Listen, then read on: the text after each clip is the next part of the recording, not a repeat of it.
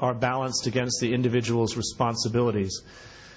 The key difference is that there is no legal framework for understanding the rights and responsibilities of a group that is comparable to what exists in Islamic jurisprudence. And in fact, my very limited understanding of Islamic jurisprudence indicates that really the most important thing there is are the rights and responsibilities of groups as opposed to individuals. And I thank you for asking that question, because I really need to know much more about this myself, and I think I need to spend some more time looking at it and understanding it and integrating it into my presentation of these ideas. So thank you for the question. Any more questions?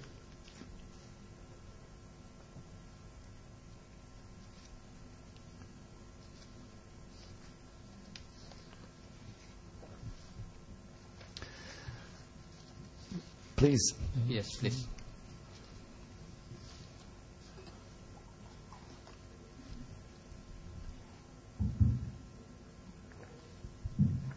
Thank you, Mr. Chairman.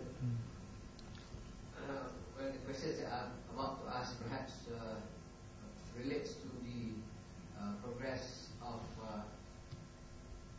integration of Islamic economic system in the world today, in particular in the Islamic world.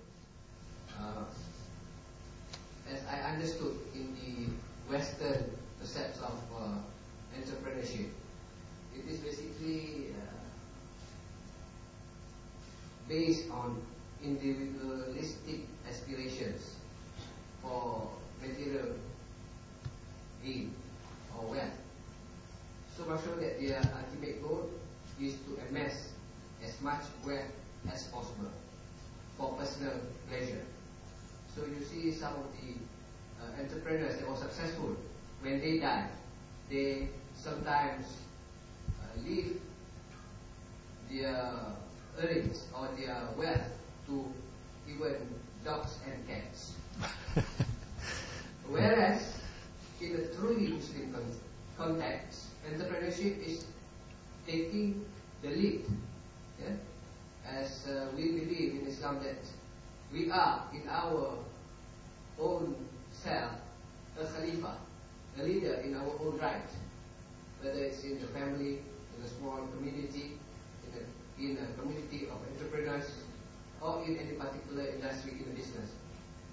So it is about to obtain Allah's pleasure rather than individual pleasure. So you see that there is a conflict of fundamental conflict of goals, in a sense.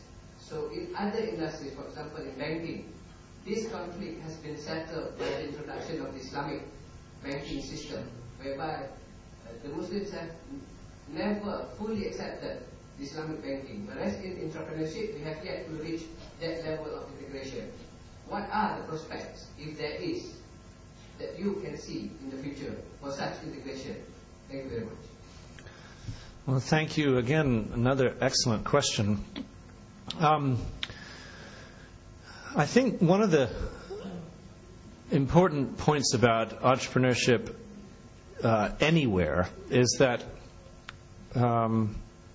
most entrepreneurs are not motivated by money mainly. They're usually motivated by something like independence or the ability to be working for oneself rather than working for somebody else. And I think, therefore, that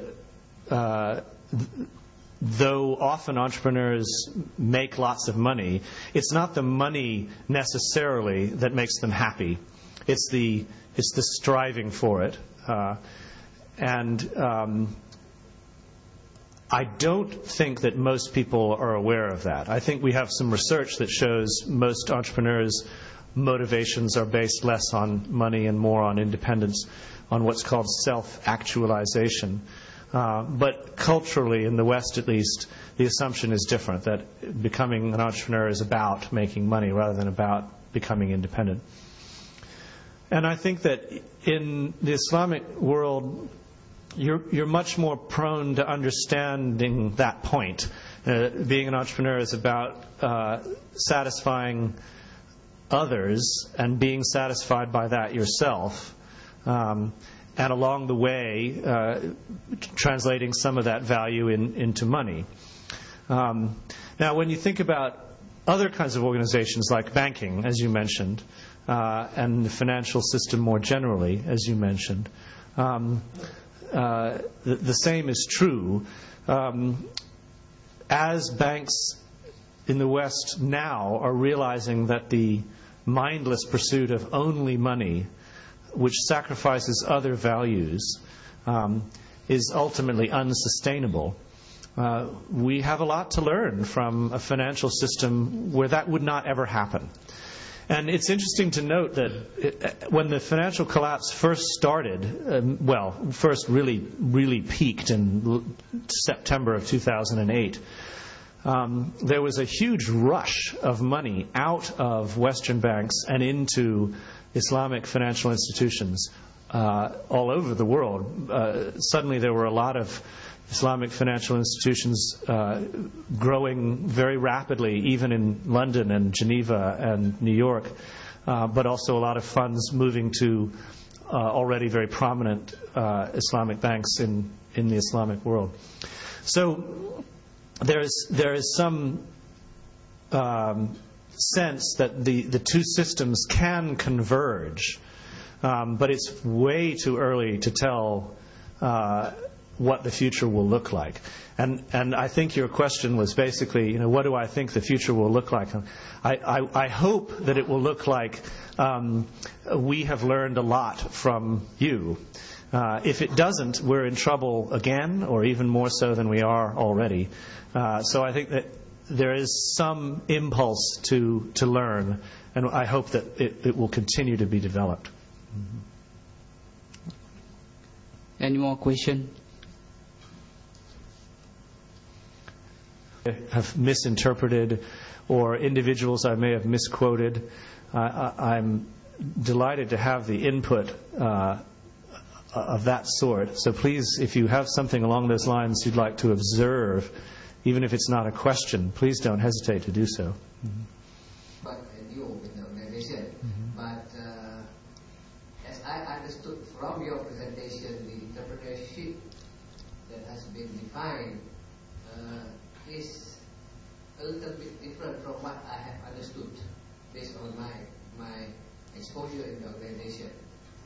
It's actually entrepreneur. I is meant for something that is different from entrepreneurship, where entrepreneurship is interpreted in the sense of the Western world, while intrapreneurship is not only about grooming entrepreneurs within the organization, but it is the approach to entrepreneurial development as well as activities are actually different, in the sense that if it is unlawful, as in non-halal, as in your slide just now, it is also not permissible in that sense in entrepreneurship. It is permissible in entrepreneurship, but it's not permissible in intrapreneurship. Thank you very much.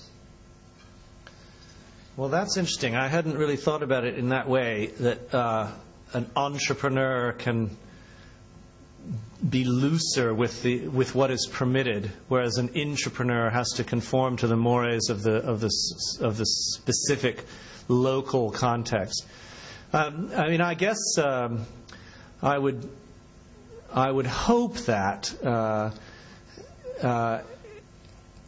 any entrepreneur, whether working inside a corporation or inside a community, would be paying attention to the values of that community and understand what was permissible and what was not.